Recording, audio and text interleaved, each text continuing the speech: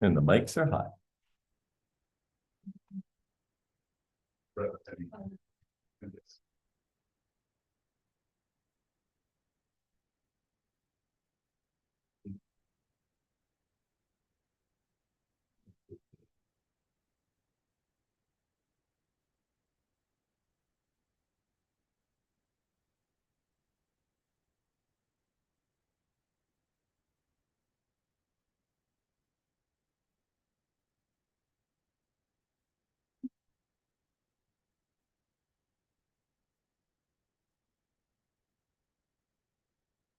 And it is now 6 o'clock.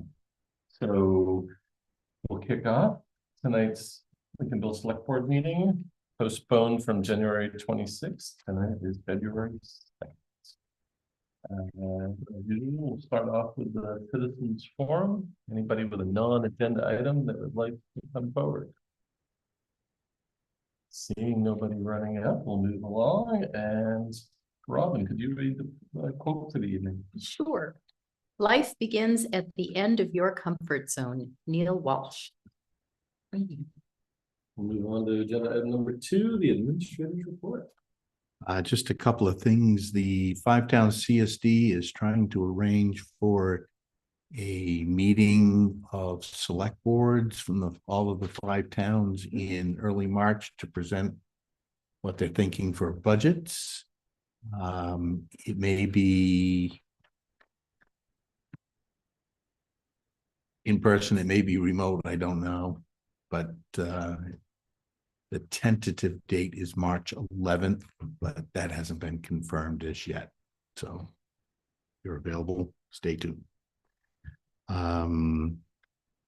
We're diligently working on trying to put together the final throws of the first draft of the budget, which you'll get next week.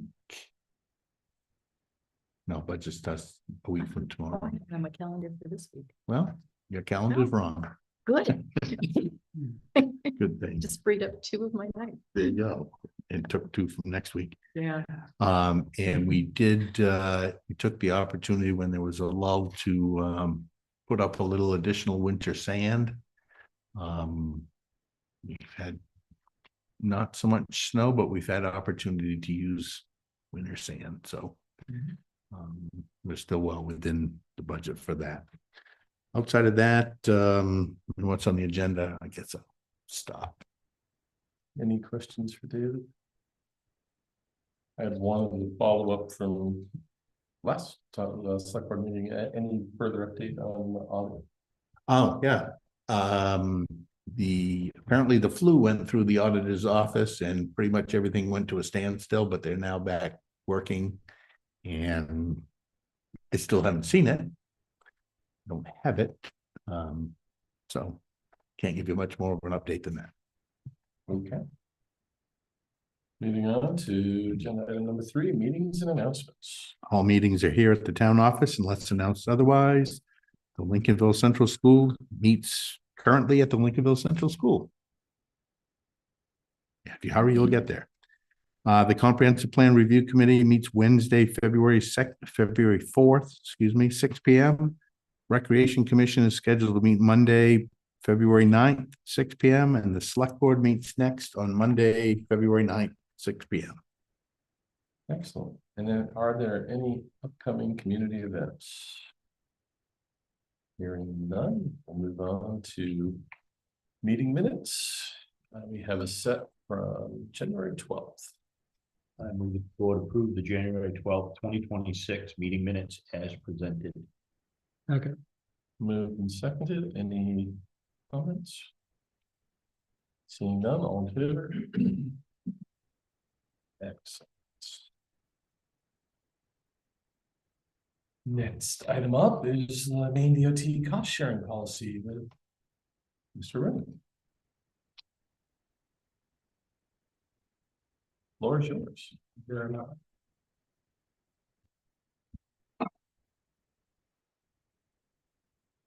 Marty Rooney, Maine DOT project manager. I also have with me Jerry Libby, another project manager on the team, and then Nate Segler, the designer who actually do that. 95% or probably more than 95% of the work. Just to kind of recap, there's two projects on Route 1 in Lincolnville, or DOT's about constructability, size, affordability. Essentially, first project begins where the project is ending in Camden and heads north for about 2.4 miles. And then the project that's in Lincolnville and Northport begins at Carver Lane and heads north just about 2 miles. Thank you for having us here today. We did meet, some of us, last January in Northport. This is a continued process which will be robust public involvement. Today, we're really here, speaking with David, we're here kind of to talk about local cost sharing and rationale, some of the correspondence we exchanged with your community. We do anticipate probably in April, another joint Lincolnville and Northport meeting, where we're recommending with David and James from Northport is a 2-hour meeting where we'll get into plans, shoulder list, culverts, impacts, costs, timing, a very detailed discussion. Today, we're here to talk about cost. That said, everything we're talking about is to allow you to move forward through your budget process. We're asking for continued correspondence whenever you choose. Letters, best intent, good faith to follow the process. We are not looking forward for any sort of binding agreement before late 2027. So there's 18 plus months for continued public dialogue between Lincolnville and DOT and within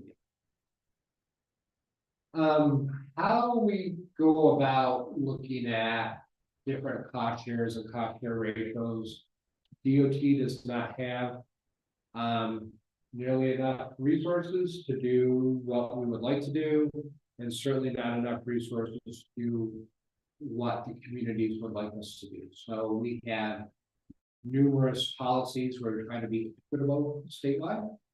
Our local cost share policies really look at the context of the roadway. It's not just local cost sharing. We follow the same process when you look at speed limits. When you're driving in an urban area, there's typically more sidewalks, there's typically lower speeds than there is in a rural area. Although when we recognize that there's not just sidewalks in rural areas, there's in Maine, we have villages, we have suburbs, we have rural towns and rural areas. This is kind of a context example. You can see Camden and in the southerly part of Lincolnville. This information is right from Maine DOT's public map viewer on how the department classifies different areas in the mid-coast Maine, and it's predominantly based on the land use, how density, where people are walking today, where people are likely walking. And just like we went back to kind of like how do we draw the green lines in Lincolnville and the various lines differentiation between what we're calling a rural town and a rural area is, are there facilities, are there local density, are there places where people walk? And when you look at our match policy, we're saying in areas that meet kind of these criteria up above for sidewalks, the state would generally pay, we'll have the DOT core project that the state will pay 100% for. Areas that are in a rural town or village, new sidewalks will pay 90%. Areas that are in the more rural areas that don't meet the other criterias, we're not guaranteeing the state will pay anything. We're saying the maximum the state will pay is 50%. One of the items that comes up in this project in Lincolnville is on Route 1. There was a sidewalk at one time. I've been working at DOT for 25 years. Nowhere in my memory was that a continuous functional sidewalk. So that for the purposes of this policy, the state is considering, other than the area on the second project by the bridge, the state is considering the sidewalk out there is abandoned. It's not currently in use. It hasn't been in use in some time.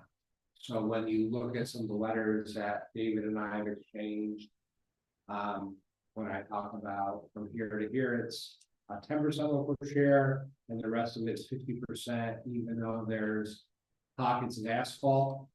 The state, for this, under the context of this policy, under the context of these two projects, are not treating that as an existing sidewalk. And just the last slide I have before there's questions. This is really from the correspondence we've exchanged. If you drive both projects, the 4.4 miles or so, the land use from Route 173, where there's an existing sidewalk up into Dots Market and the coffee shop, the density, proximity of houses, public facilities, it's different than it is rest. And based on that context specification map, the state is saying we will pay 90%, and cost per square foot, that equates to $70,000 to $110,000 for that sidewalk. In the other areas, the ranges are obviously significant more, and the higher end assumes the state would not have the funds. Again, the purpose of today was not to go through the details of the project, and just to provide some background regarding the correspondence. Questions from the board? Yeah, I'm just, so at what point, does the state make the determination of what percentage it may be able or willing to contribute? Where in the project planning are we notified of, say, you're willing to put 50% forward? I think we have, as you remember the meeting last year where we had a convoluted flow chart and all those boxes. We have 4 major milestones. The first one that when we talk about, we get together in April, that's a horizontal vertical alignment complete. We want your initial thoughts on these numbers where you want a sidewalk. That would allow us and you to get public input on that plan in April. And then we would come back towards late fall with that PDR box, the preliminary design report, where we would nail that down. And at that point, I would ask our management team at DOT for that policy decision, and probably just like the town of Lincolnville makes a policy decision, it's subject to available funding, it's subject to owner approval. But I think realistically, understanding where you folks are, I believe department leadership would provide that clarification, subject to different caveats when we get the PDR, which we hope to have by later this year. Okay, thank you. And to clarify that, that's only on the 50% portion. You're saying the portion you're saying is 90-10 is already determined. Subject to available, everything is subject to available funding. But the 90%, if you're in our policy, it says. Is this one? Want to break it. In the policy, it says we will pay 90%. Of the share that meets the context. In the other areas, it says we may pay up to 50%. Come back this way just a little bit. There we go.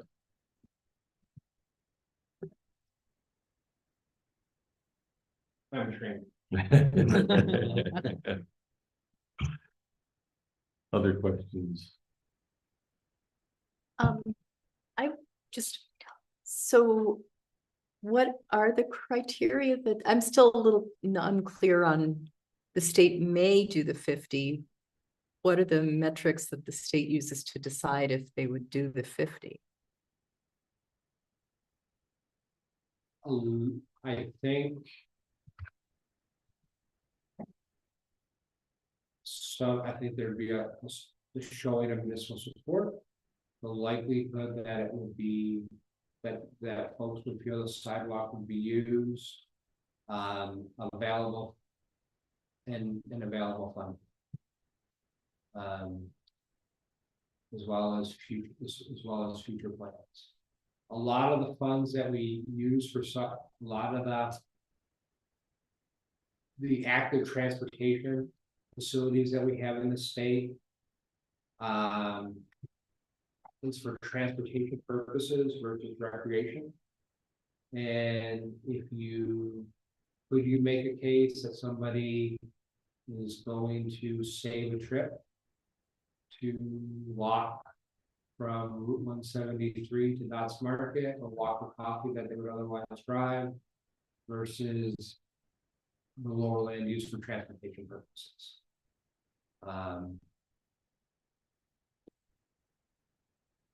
So then I just had a follow-up. Could we explore other funding opportunities for our town portion? In the Like- local share policy that David can provide to you, or we can provide again, it does talk about that. And if I recall correctly, I think half of your municipal share needs to come from the local tax base. But you are open to explore other. My default is policy, but if your share is $5 million or 5.35 maximum share policy, a portion of that you can pursue other state grants, other federal grants. But the intent of the policy is, I believe, half of your municipal shares intended to come from local funds. Even if the state isn't giving us half, that feels kind of onerous. Like if the state isn't going to give us anything, couldn't we potentially, go for some sort of recreational grants or other state grants and other foundational grants? But It's because I was reading that in here too. I couldn't really make sense of some of it. Maybe it isn't actually in here, and that's why I was having issues. I would,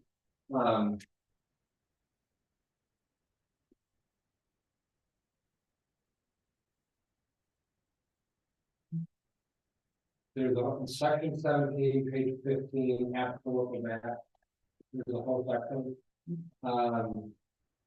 And it does say that, half of your share, is intended to come from local shares. Right, but that still seems like it's saying if the state is doing a match, if there's a zero match, then it isn't a local match, right? So there's no limit on how we fund it if the state decides not to meet us anywhere along the road as opposed to halfway. Like, I understand, I think what you're saying is if the state says, yes, we'll match 50%, that means that of our 50%, half of it has to come from our taxpayers. But if the state says we're not going to match anything, we have more latitude to find funding sources. That, what you're saying to me sounds completely reasonable. I think. Knowing that there's gonna be continued dialogue between the Department of Lincolnville, continued public process. I think a key takeaway is there will likely be Lincolnville taxpayer money going towards a portion of this project in these ranges. And I think it would behoove this board to advocate for the town of Lincolnville. And as we move forward and get to that PDR phase, at that point, Nate will have stop, as opposed to us giving you numbers based on $1 a square foot at that PDR. We're going to have, we should have 95% accuracy cost estimates. And at that point, those policy determinations, when the project's months away for advertising for project to contractors versus years, I think that will be the time to have those conversations at that level. But yeah, since the state isn't going to pay, if it says maximum 50%, we're going to pay 0. What you're saying is certainly reasonable. Can you? Go ahead. Let's go now. Real quickly. Thanks for coming, Mr. Rooney. First, we're talking just a basic sidewalk in this 90-10 from 173 to Dots. We're not talking bike lanes or anything like that. For the road, the template that we're talking about for the entire section of the highway will include a 5-foot paved shoulder. That is, it's consistent with what's being finished in Camden. Okay. And 11-foot travel lanes. That would exist if the town says you don't want any sidewalks or any sidewalks as part of this project and reconsider sidewalks in the future. It would be a 5-foot shoulder at no cost to the town of Lincolnville. We're talking about a 5-foot behind curve asphalt sidewalk. Gotcha. Okay. Thank you. Can you clarify the difference between the 100% and the 90-10? What it means? Yeah, the area by the duck trap bridge where there is an existing contiguous sidewalk. That will be 100% on DOT. Okay. Are you aware of other projects where the state is funded beyond the 90-10, or those have not existed?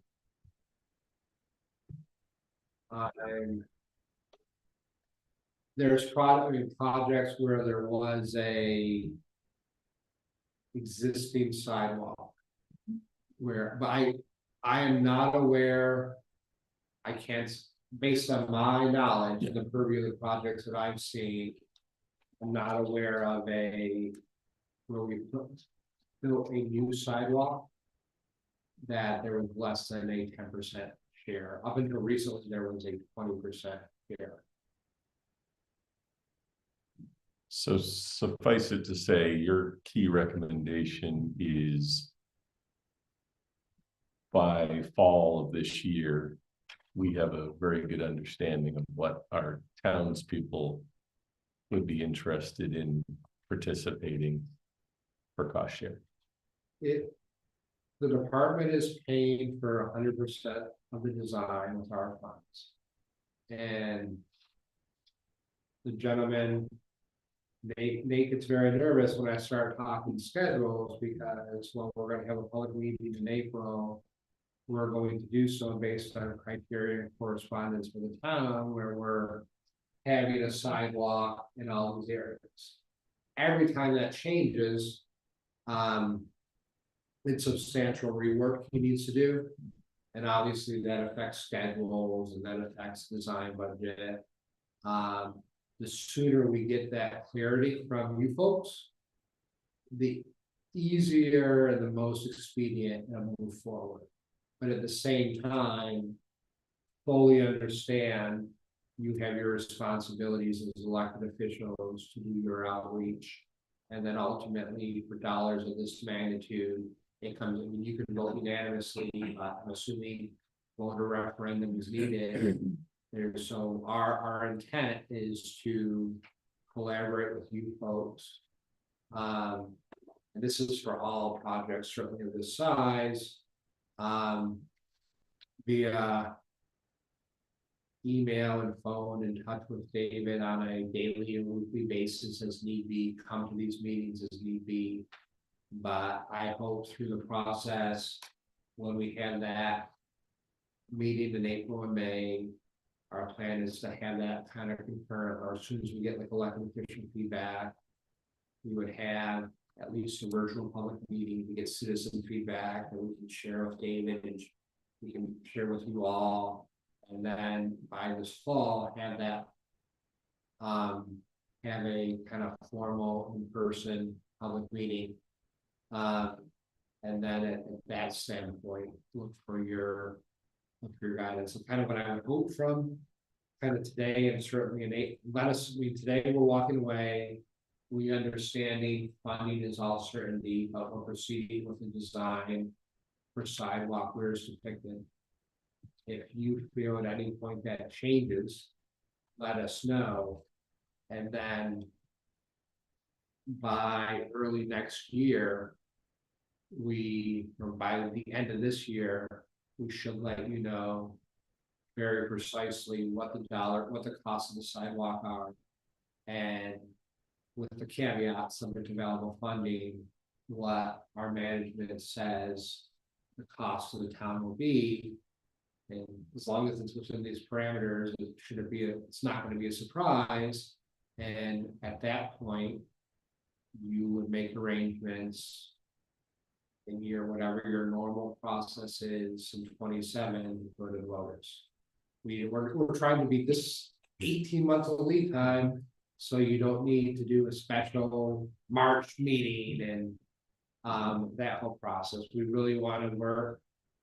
And it's hard. I mean, we're going to be, for these things to move forward, it's going to be 3 years before construction, and then it's going to be 2 years of painful construction. Like what's happening, do our best and have dialogue and try to minimize it. It's going to be painful. Our goal through these discussions is to build relations with the municipal staff level, at the elected official, at the citizen level. So yes, at me to come from 3 of us to come here saying you need to pay money and saying it needs to come to a local tax. It'd be much easier for us all if there's a federal grant that pay for everything, and the project could be built at night only without making any noise. Things would happen, but we're just trying to be as transparent and as open regarding the realities of funding and schedule. Excellent. Any other questions from the board? I guess I do have one, yeah. It has to do with, this is asking you to speculate on available funding in the future. And do you, or would you be willing to share, could you share any possible roadblocks that you see that would escalate this for the local level and for DOT's cost as well? And that's asking you to look at there's I worked at DOT for 25 years. There's been 2 or 3 instances where there's been crazy inflation where we've had to cancel projects. There's been and that's been really astronomical times. I think this was Route 52 in Lincolnville. It's different than Route 1. This is postal Route 1 in Maine. You drive it from Kittery to Fort Kent. Most of it has shoulders. Most of it has been built since the 1930s, when I believe a lot of sections of this road was built. So you've heard us say in our DOT spiel, we have highway corridor priorities 1 through 5. The interstates Route 1, the interstates highway quarter priority Route 1 in Lincolnville is a highway quarter priority 1. This is as important as any road in the state. So if cost change, if funding changes, could this be slid down 1 or 2 years? Of course, I don't think this project would be tabled, and certainly not tabled indefinitely, only because this is a road that's important to Lincolnville. It's a road that's important to Northport. It's a road that's important to the entire state. Okay, thank you. Other questions? Great. Thank you very much. Yeah, thank you. Very helpful. We look forward to April. We'll get back to you. Yeah. You will indeed. Put our thinking hats on. That's awesome, man. So while he's picking up, we have committee, board committee and assignments and resignations. First, we have a resignation for Brianna Rostri for immersion. I need to accept with regret the resignation of Leanne Robster from the Recreation. Second. Any discussion? Seeing none, all in favor? You. We also have a resignation from the Harbor Committee. I move to accept with regret the resignation of Kurt Speed from the Harbor Committee. Second. Moved and seconded. Any discussion on this one? Seeing none? In favor? You definitely have to take some action to find some more committee members Yeah. for those groups. It's always the challenge, finding good people to I feel we Sir? could meet on that for a while. The rec commission. Correct. Mhm. Define the role. And maybe change the charge or update the charge, I guess is the right way to say that. I hate to see this, obviously. Extenuating circumstances dictate what goes on for people, I get that. But we seem to struggle with the recreation commission, whatever we're calling in a couple of the committees, so. We've been talking about, work on this, so I think it pushes it to the front of the list. One of the items that David and I have been discussing for an upcoming agenda is reviewing the regular reporting structure of the and timeline of each committee to the board, and we can include in that looking at the adjustments to charges, et cetera, that we need to make at that time. I know that's Really tough. It's a volunteer. Everything's volunteer stuff. People don't have a lot of time, amongst other things. Yeah. absolutely. Okay, moving on, we do have an opening of a comprehensive plan review committee, and that will be 2 people here interested this evening. We've got both Josh and David. Why don't we have John? And maybe tell us a little bit about yourself and your interest in the comprehensive plan committee. My name is Josh Beveridge. I'm on the Recs Commission. I'm on the commission for facilities at school.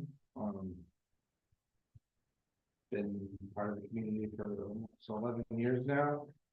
Trying to do my part to better this community as a whole. That's part of that is everybody. I think I bring a skill set of knowledge from the business side, working with Lakeland Lumber, knowing the knowledge base of things that go on in that realm, but also the being able to put my own input in certain things that may arise, whether that be conflict or just have my own issues to say. Like I said all along, knowing that even though if issues come up, we can talk about it and come to hopefully an agreement sometime. the common goal, which is. Better than the past. Excellent. Questions for David? I'm sorry, questions for Josh. Sorry. Yeah, I guess I do. Yeah, considering that you're serving on 2 committees already, feel that you have time, well, obviously you do feel that you have time. I do. And let's say you had to drop one because you don't have time or something comes up. Would this be one of the ones you'd want to drop, or you can't say right now? Feel as though I would have time to serve on all 3. Okay. And as was speculated earlier with the rest commission, I find if we found a common goal in that regard to facilitate things to progress positively, I think I would most definitely have time for all 3. Gotcha, thanks. Other questions for John? I don't want to sound flippant, but Go ahead. but since there are 2 of you and we can only fill 1 vacancy, is rec committee a backup plan thing you'd be interested in? He's on the. Rec committee, that was the one you said, sorry. I have goals in that regard That's too. why it was in my. I feel that, having a wider range of people on this committee would also help. Whether that be a knowledge base, histories, whatever that may be. I find that that would be invaluable for our community to have that skill set. I can't say that I would want to get rid of one, because I have goals and aspirations for all 3. Okay. I would hope that all of those would come to fruition, but.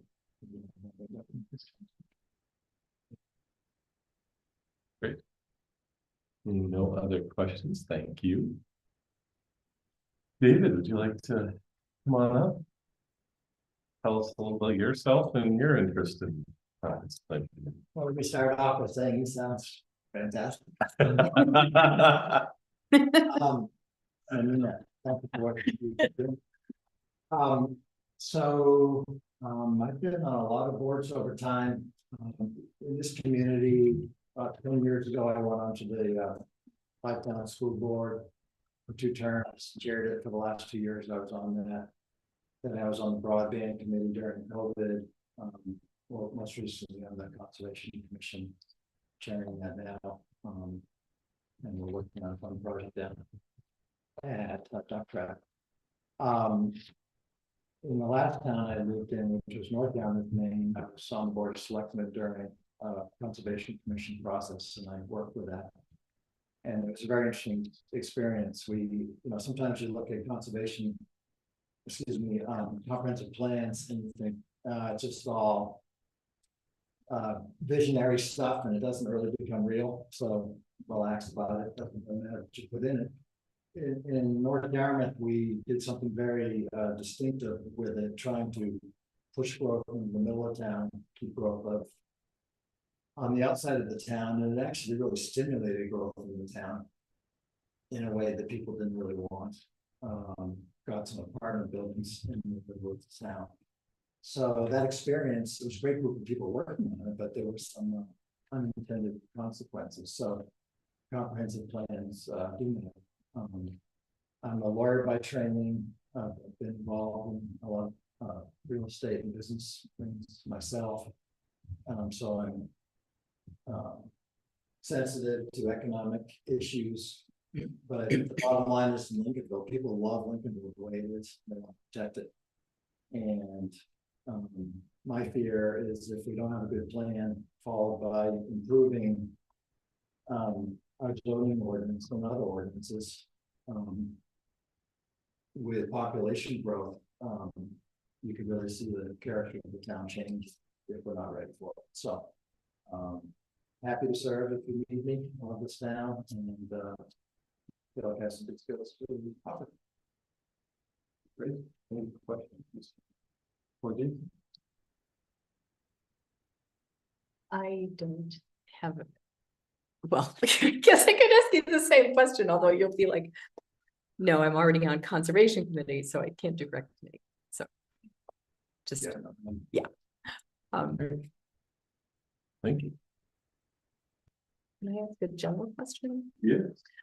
Because I agree with, I think you specifically, Josh, we're talking about, you know, having a diverse representation on the committee, and I have to admit, off the top of my head, I can only think of 2 other people right now on comp plan committee, and I'm thinking, you know, like, which of these 2 candidates is gonna be better at helping with overall diversity on the committee, and I don't feel that I have the information in my mind right now to know that, so I'm hoping that that can be part of our discussion. As a member of that committee, I almost say we're pretty even right now, as far as just not even's the wrong word, it's well distributed. And I think they both bring complementary items to the table, so Okay. I don't see that one's background is probably gonna be any more critical. For current committee, at least as a member, that's what I feel, but You're in a good position to know. other. Yeah, discussion I've points got a here. question, yeah, directed to you, Steve Warner. What's on the comp plan committee's plate? Now that this ordinance moratorium may be going through, or maybe coming to an end, or ebbing out. Between now and June, what are we looking at in terms of comp plan activity? Comp plan activity and the activity of the moratorium ordinance are totally separate. And You're right, never mind. there would be no, there's a lot on the comp plan's plate, but there's no correlation. You're right, okay, sorry. No, that was a total non sequitur. Other discussion? Anybody want to make a motion? I don't know if I'm ready to make a motion tonight. So,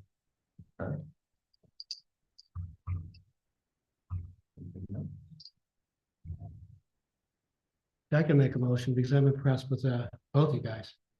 By all means, but David, I like the skills the experience that you do have. So I'm going to move that the board appoint David Perkins, the comp plan review committee with the term expiring June 2026. We have a second for that motion. Sure, I'll second. Any further discussion on that?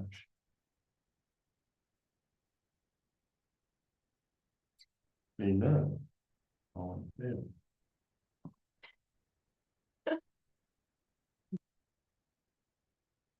Two. I don't have to keep my hand up. I think there's probably a few of us that aren't quite ready. Yeah, Yeah. it's, yeah. Well, it's a tough decision. Yeah, it is. It's not commentary It's on a- other individuals. Oh, yeah, it's by all means, I know that. If you made the motion to the other person, I don't think that. I Yeah, don't think. Yeah, well, I was trying to push the ball forward. a little bit, Yeah, I yeah. totally understand. Yeah, Um, if I could make a motion to table this to our next agenda to just, I feel like a little more marinating Mhm.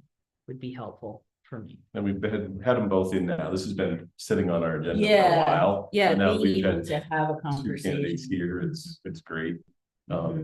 We've come a long way with the overall comp plan committee over the last year. It's operating at a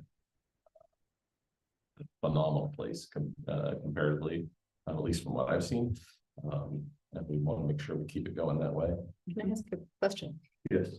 The stage that the committee's at right now, is it mostly the drafting of the report more? There's two components that really take place. There's the drafting of the chapters, Yeah. and then there's the goals implementation strategies. There's a member that's assigned to each chapter to spearhead it. And then along with the folks from MCOG that are then drafting that chapter, we review that chapter and provide feedback. And then at our meetings, where our focus is on the goals and implementation strategies. Okay, so that's more the active thing right now is. Right, and then discussing we're both. working chapter by chapter. Right. Month after month. Okay. Through that process. Have a good rhythm. of it. I would accept your motion. If that's what you were making. Yes, yeah, A second. And we have a second to that motion, so the motion is to table this to our next meeting, which should be next. That's Monday, next one. next month, a whole week. A whole week. Any other discussion on that? All in favor? Excellent. And thank you both for Yes, being thank here you. to chat with us. Appreciate it. Yeah, thanks. We'll make a decision next week. Okay. Next up, we have the land use committee update. Mr. Eddie. The floor is yours. So we have a draft that's for the most part, 99.9% ready for you. I found some typos. I already made the changes. That's it. Next meeting. They're mine. They're mine. I plan review twice. I just didn't, yeah. You know, what I did is I put together a quick PowerPoint just kind of running through what we did in the process. I want to thank the two members here and the rest of the land use committee because they were a really good group to work with. Also want to thank the planning board, which while we had a bumpy start, really got into some really good trading of information and ideas, and they actually made a number of substantial changes to the draft that I thought made it better. But as you remember, the reason that we were getting into this was that we had a moratorium in place, and that we wanted to look at how to best manage the development of large retail stores. And really here we're talking about 10,000 square foot or less. The approach was to work with both parties, the land use commission and planning board. We reviewed two primary options. Just a restriction on square footage to eliminate any kind of use, that retail use that would be at somewhere between 7,000 and 10,000 square feet. In the end, we felt that there was a legal issue there that made it very impossible to do the restriction on square footage, both in terms of the existing land uses have and the legal arguments that are behind that restriction. That we would be squarely trying to pinpoint one particular type of retail use. So we chose the site plan review option. So there were three areas that we really focused. One was process, one was design criteria, and one was standards. We also, as you go through here, we used to have a chapter 11, 12, and 13. We couldn't figure out why. So we broke it down and we collapsed them into 11. And we thought that worked pretty well. In the process, we clarified the administration and the interpretation of the site plan. There's actually a clause in there that said that both the planning board and the code enforcement officer would interpret the ordinance, and that doesn't legally work. So we made some changes in which we basically put in place the role of the code enforcement officer in accepting applications, accepting the classification of the project, and that a planning board was charged with interpreting the site plan. We worked through the idea of pre-application and application and waivers. It was kind of a constant piece. We were adding criteria of review that was going to make the reviews more difficult. So we also wanted to be able to waive certain criteria in that review process for projects that looked obviously easy to move through the review process. We didn't want to belabor the point. We didn't want to add costs. I think that's a fair. We had a lot of conversation around that. So we identified in the pre-application process that pre-application was required for major site plan reviews. There was an option for minor reviews, but if there was a desire for the applicant to go for that was fine. And that we would identify potential waivers in that conversation, although legally it wouldn't commit either the applicant or the planning board to whatever waivers were discussed as generally being acceptable.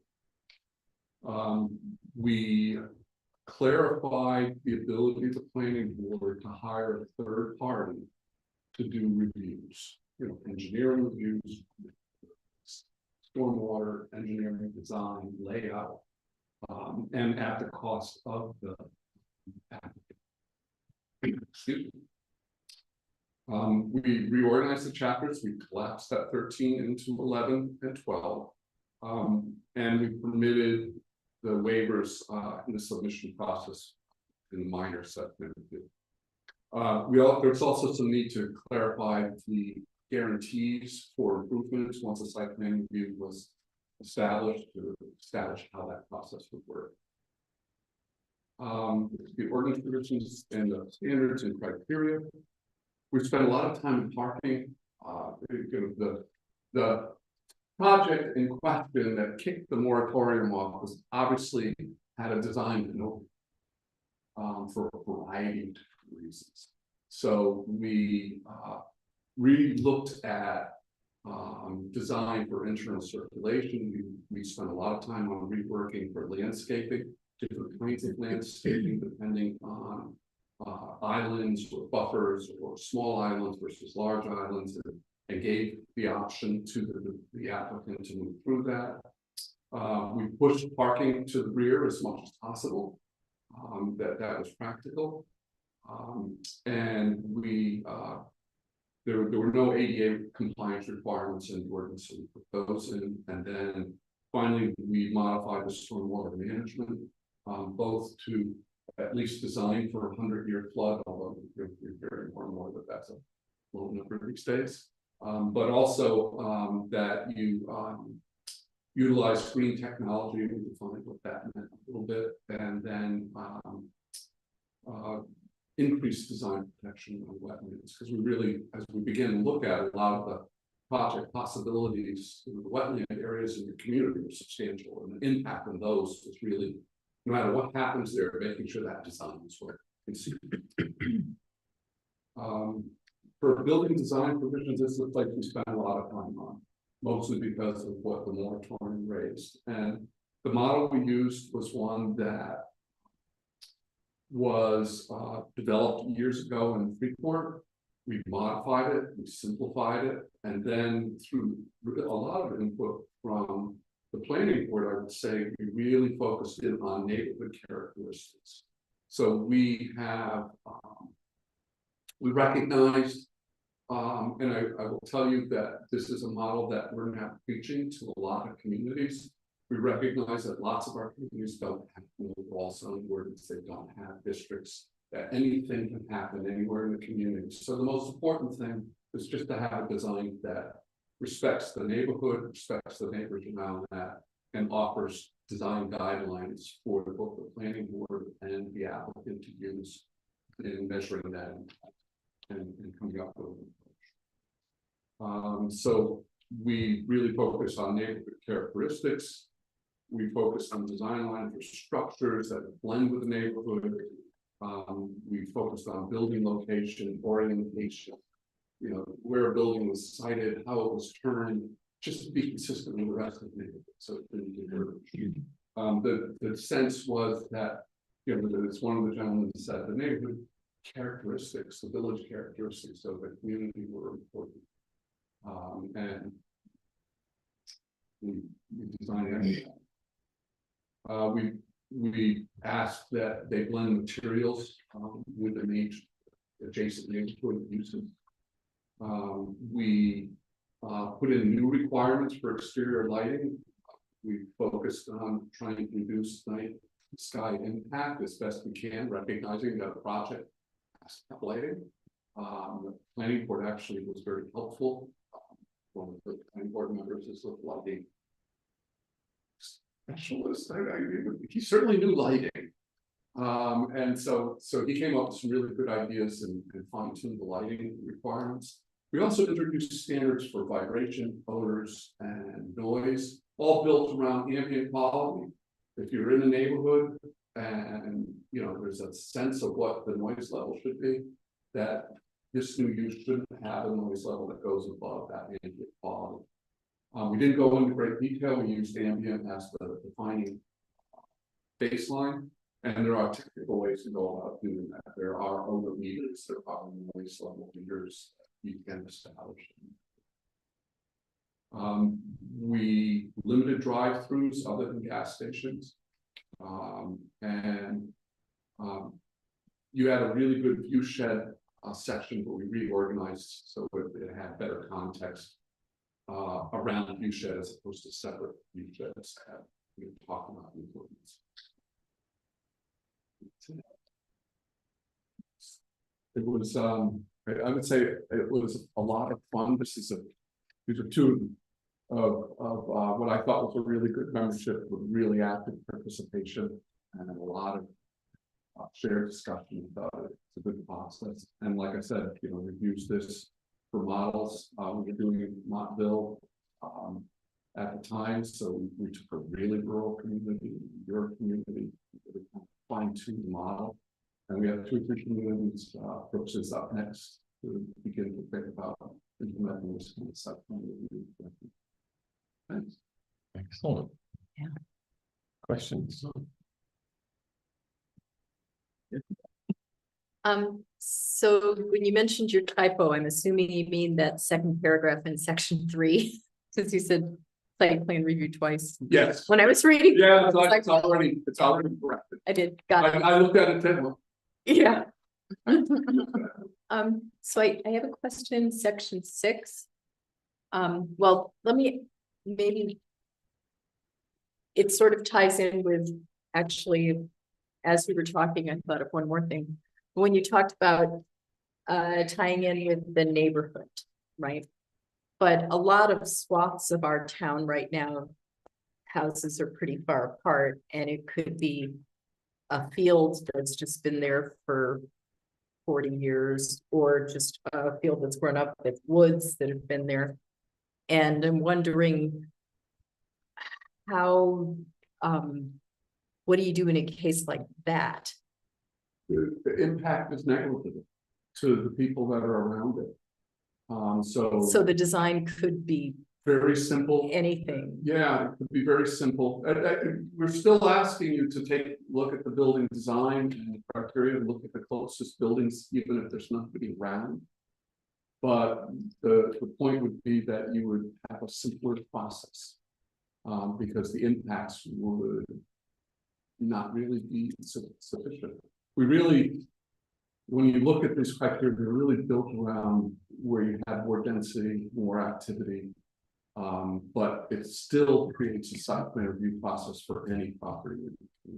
Right, but if somebody wanted to put like a Dollar General on some stretch of, trying to think of a road in town that has nothing within, you know, 1/3 of a mile in either direction or a half mile in either direction. Is there anything in here that actually No. keeps that from happening? No. No. So we could still get. But ugly box. I will tell you that the design standards that you have in place would not result in a dollar store located. So I had noticed in 1.1 in section 6 where it talked about defining minor developments. And it seemed like if somebody just wanted to put in, it said projects involving only the installation of impervious surfaces. So like if you wanted to just pave a large area, there's like no upper limit or anything, but that large area would still be subject to erosion and runoff and Stormwater. the other stuff. Okay. Let's see, my other question was when you were talking about streets and traffic access and talking about, this is section 11, right?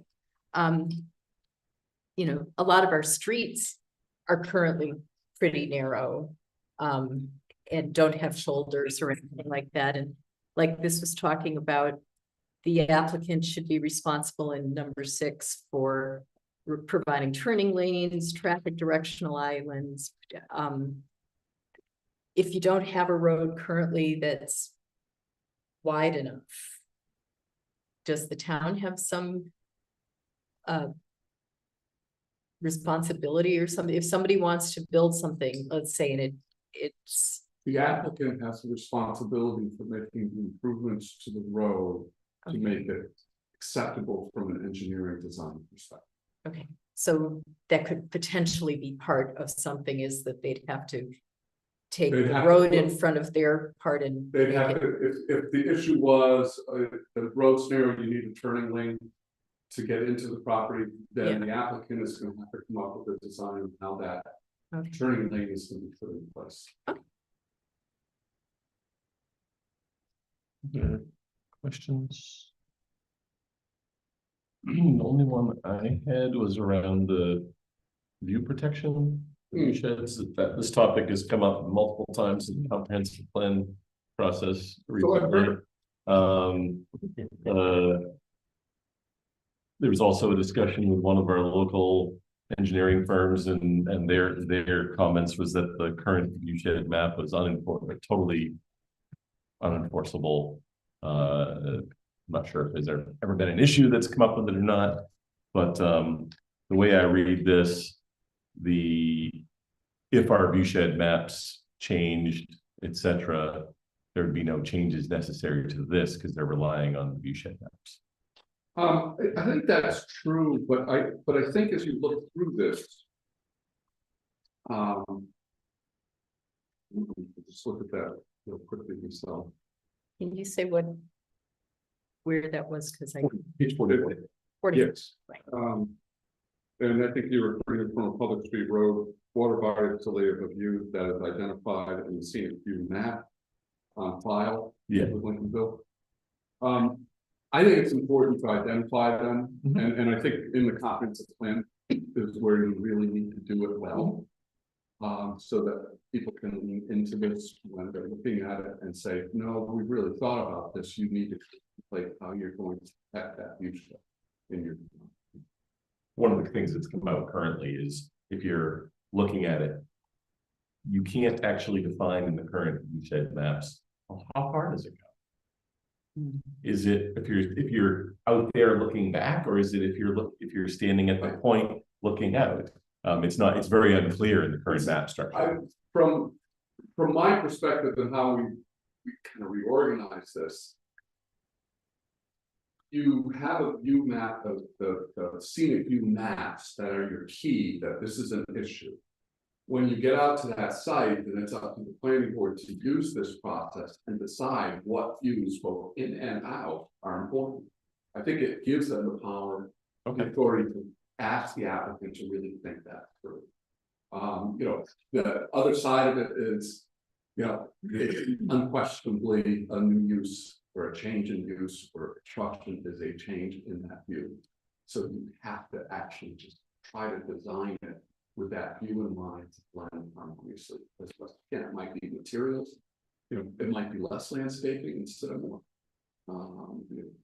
But it's at the site plan review process. But the maps are that key, that's the start of the conversation.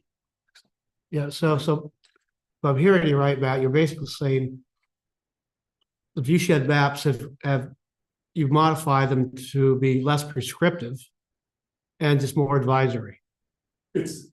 No, I'm not saying that. Okay. What I'm saying is that you have view shed maps that identify generally where the view sheds are going to be analyzed, and that in-site plan review, then you're going to focus in on the design as to how those view sheds are respected. Okay. And it's view sheds are a struggle in how to try to address them. Sure, yeah. Okay, thanks. And so the best you can hope is a good conversation, a good design, a good landscape architect. There's a point where a third-party landscape architect might be worthy of bringing into the conversation to do that analysis. Okay, thanks. Excellent. Other Thank you very much. Yeah, thank you. This has been good. Good. Sorry, come on up. I should ask. Jeannie Hollingsworth. Yes. This is one of the best committees I've ever worked with. And if you want support for diversity, then look at that committee. I don't think we could have come from more different places, and we worked so well together, and there was such wonderful respect for everybody's opinion and input, and it was a really nice experience. This guy's has a large role to play in making it work too. So it was a great experience. Thanks, Gina. It's so We- great. We've heard that as well. Yeah. Any other comments from or questions from attendees? Seeing none. Matt, thank you very, very much. The process I've heard very positive things throughout the entire process from multiple members on the committee. Well, and I hope we can do the same for you with the companies. Excellent. Thank you very much. Thanks a lot. Thank you. And thank you to the committee. Yeah. You want the motion? Oh, yeah, where I move that the land use committee's suggested amendments regarding the major non-residential development project moratorium ordinance be forwarded to the planning board for the required public hearing. Second. moved and seconded. Any further discussion? Seeing none.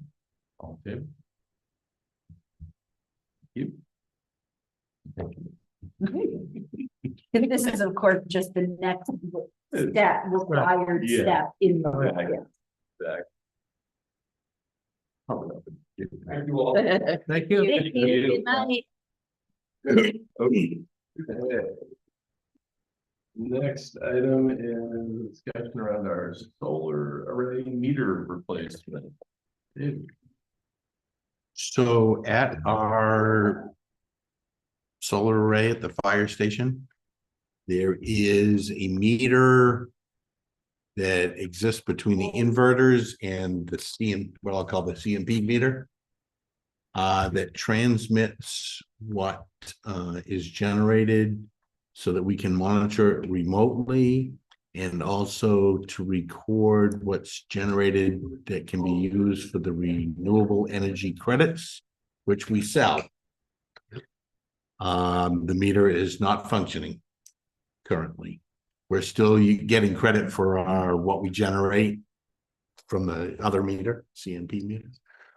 But it makes it challenging to know what's actually going on over there, and it inhibits us from gaining somewhere between $1,500 and $2,000 a year in the sale of the renewable energy credits.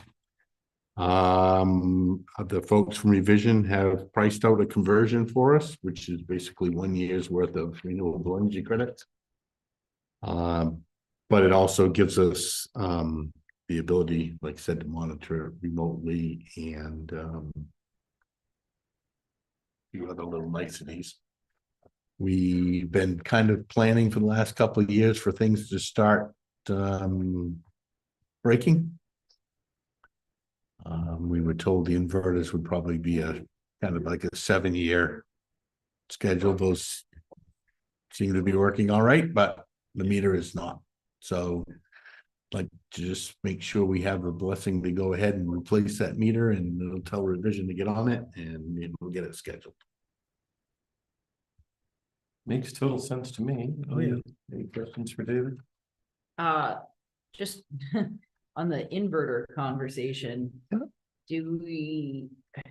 is our future financial planning keeping up with the potential costs and inflation for those parts that will inevitably fail? I don't know the complete answer to that question, and it probably hinges a lot on, we have,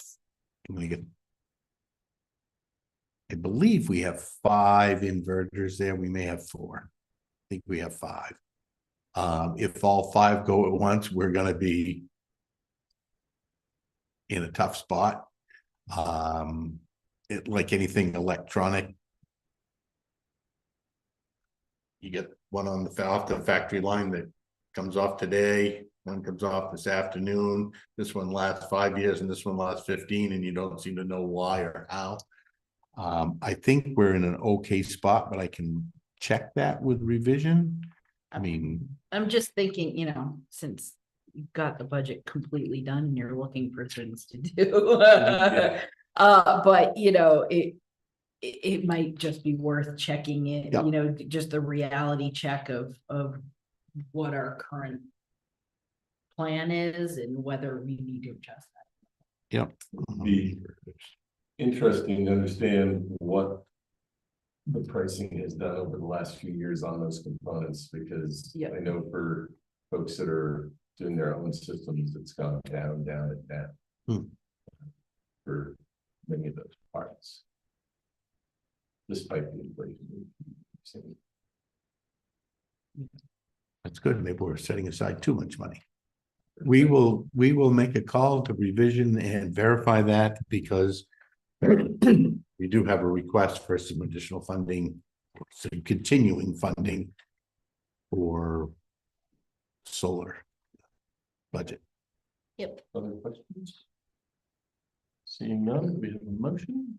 I move that the cost of the replacement of the solar log meter be authorized by the select board from the solar array repair reserve. Second. Moved and seconded. Any other discussion? Seeing none, all in favor? Thank you. Excellent. We now have our annual duty to address the upcoming posting of roads for mud season. Promotion.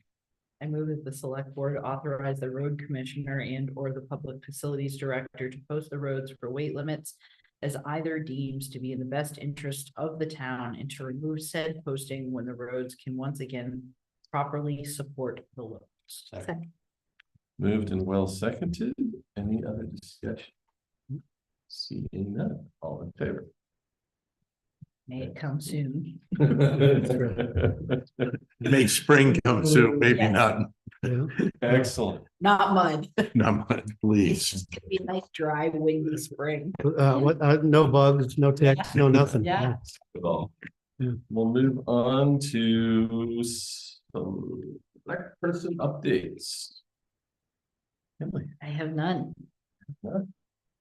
Karen, Eco Solid Waste has a budget / finance committee meeting Wednesday, most likely it'll be via Zoom. But we bounced around a couple of dates, with this Wednesday seems to be the right one, so things are looking good.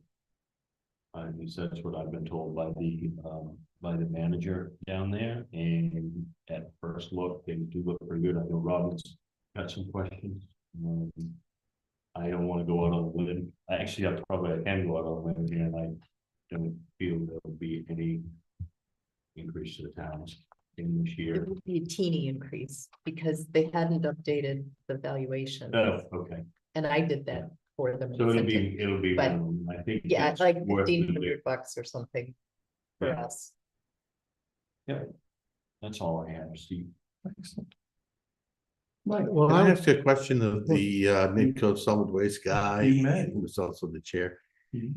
or maybe a statement. Is there any chance in the coming year that you guys and ladies could move up the budget process a little bit so that we could have the number to put in the budget? Like a month earlier. Well, like what it says in the interlocal agreement by the end of the year. End of the calendar year. We'll see. What we- Thank you. I mean, we'll deal with it when it comes, but we're gonna have to make an adjustment because we're gonna put in some fictitious number for Monday. I And could if- give him the temporary, the Whatever. estimated number. It's probably right. Can share the, I mean, we're not changing no. the total. You can share the budget, or I can, one of us, we do have that, so that you could plug that in. Thank you. Yeah. Beautiful. Of course, send it to me. Understood. Thank you. Well, that, me in process, and that's a pet peeve, not hitting the deadlines that are I do. voter approved. Okay, Sorry. Mike, Yeah, I just wanted to mention that the depot, woodshed depot that we got over there, we will probably be ending those as of last week. There won't be any more pickups there because we're out of, main woodshed is out of wood. For the bad season last year to get wood out of the wood, to get logs out. And so consequently, that depot is empty now and won't be refilled. Just letting you guys know that these shouldn't be seen. Shouldn't be seeing any delivery in there, except for there's one person who wants to do a local donation, but we're making sure that that's out of the way, tucked in. Mike, is there any idea how many cord went out of there this year? Out of there, Yeah. we did around 6, 7, I guess. Okay. I'm guessing. Yeah. Yeah. I don't have the actual numbers. No, they're all in quarter allotments, you know. Yeah. Yeah. So, yeah, not all of the people who picked up from there are from Lincolnville, live here. But they're all close by folks. Yeah. I mean, at the end of the year, we crunch all the numbers and I can give you that information. It would just be interesting to know how much the need is. And Sure, yeah. Well, I know, I mean, overall, we've given out 140. Yeah, I think around 140 cords throughout. And last year we did 200, just over 200, but we won't be able to do 200. Yeah. We're actually running out, we've run out of, we're at a baseline of seasoned hardwood, and we're supplementing that with the bio bricks. We've got the money, but not the wood at that point. So we bought a bunch of bio bricks. Wow. Rhonda, So I just spent a lot of time in the last day working on Eco Solid Waste. The county budget, same thing. They've come down somewhat. They still are. I think I finally made some headway in our last budget committee meeting last week to get them to understand the point I've been trying to make with them about the employee health plan, where, they have the employee health plan. It's either 100 or 135,000 is what the county is on the hook for any given claim. And they have this stop loss insurance that they pay a premium for to basically cover anything, any claim that's more than that. We're paying the separate insurance policy with another, insurer, that they will pick up that balance. We have to pay that up front and then we get reimbursed. And it's just been a battle this year to get them to understand that they know they will get reimbursed. So yes, you can put an estimate in your budget of what that money is going to be coming back to you, because you're going to get it. I ended up making up a hypothetical in a spreadsheet and I sent it off today to them, trying to show them, because at the last meeting finally got them to understand the concept, and Kevin Kelly, the commissioner who's kind of spearheading that aspect of it, he said, we'll definitely have something for the next meeting, but I just wanted to make sure that he understood what I was looking for. It's basically aging accounts receivable. And so anyway, I sent that off to them today, and I am very hopeful that it's going to allow us to have, in effect, a revenue offset for that line item of at least 400,000 or so in any given year. That's my hope anyway. So, and there are they've been, over budgeting because they don't want to under budget, but I've been able to show them that for the last 4 years, they've consistently over budgeted at least $500,000. And so,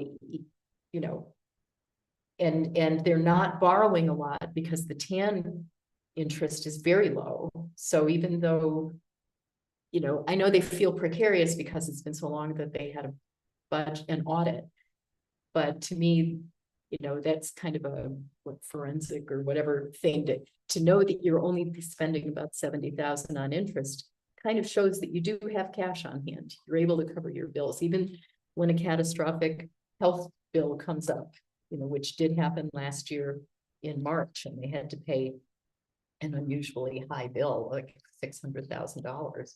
But even with that, they still managed to, only, as I say, in total pay 7,000 or whatever for TAN interest. So I think I finally got them understanding that I think that they don't have to be quite as conservative with their budgets. So I'm really hoping to get them down by like $1.5 million.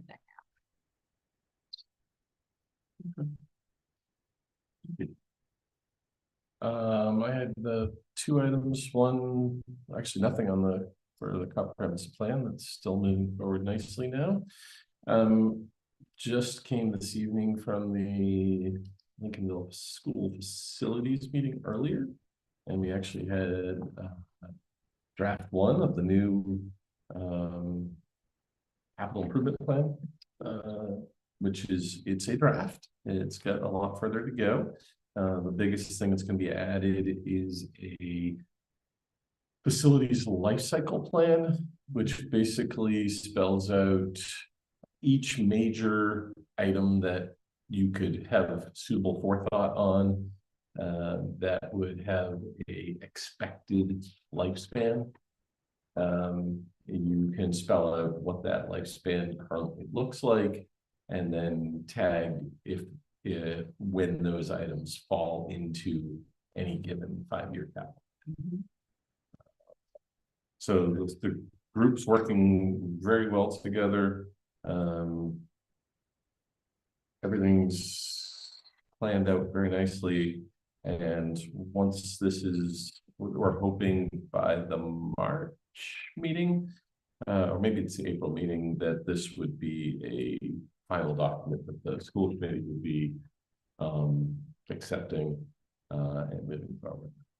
And then the other item, they're not waiting at this point. There's no feasible way for them to wait for both audits to get completed to go for the original planned 17-year lease for the heating system. And so Sean is working on the 7-year plan, and they are pressing it into that.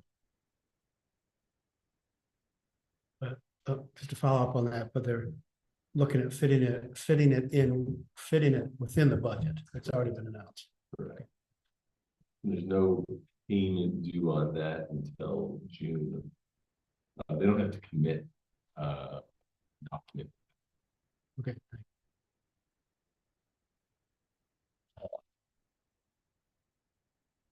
Moving forward, we have the treasurers and payroll warrants. I move that the board approve and sign the treasurers and payroll warrant. Second. Maybe been seconded. All in favor? Excellent. Our next item is to go into executive session for the annual performance evaluation of our district. Sorry. Sorry to jump on you, but I just wonder, because if we're gonna do the executive session, we're probably not gonna come back on camera again before adjourn. Correct.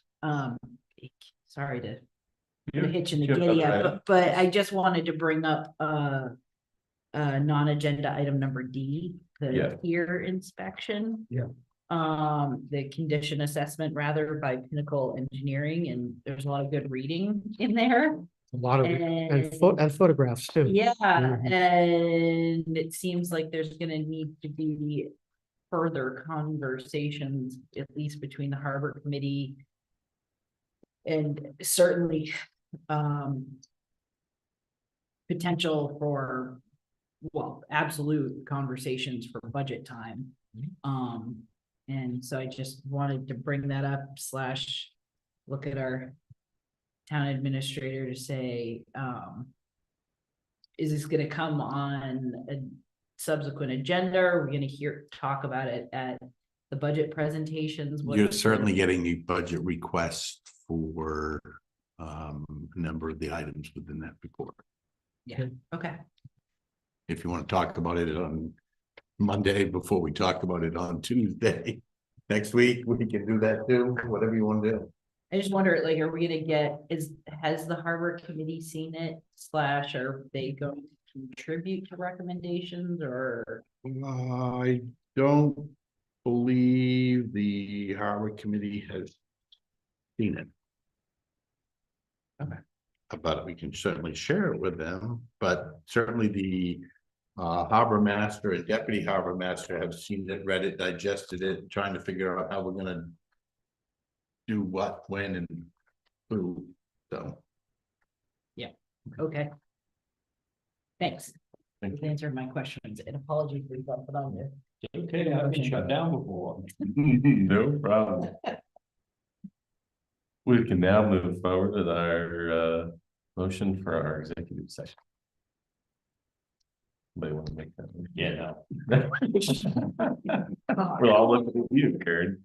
Got that before. No, do it. I move that the board enter executive session pursuant to Title I MRSA Section 405(6)A for the purpose of conducting an annual performance evaluation of the town administrator.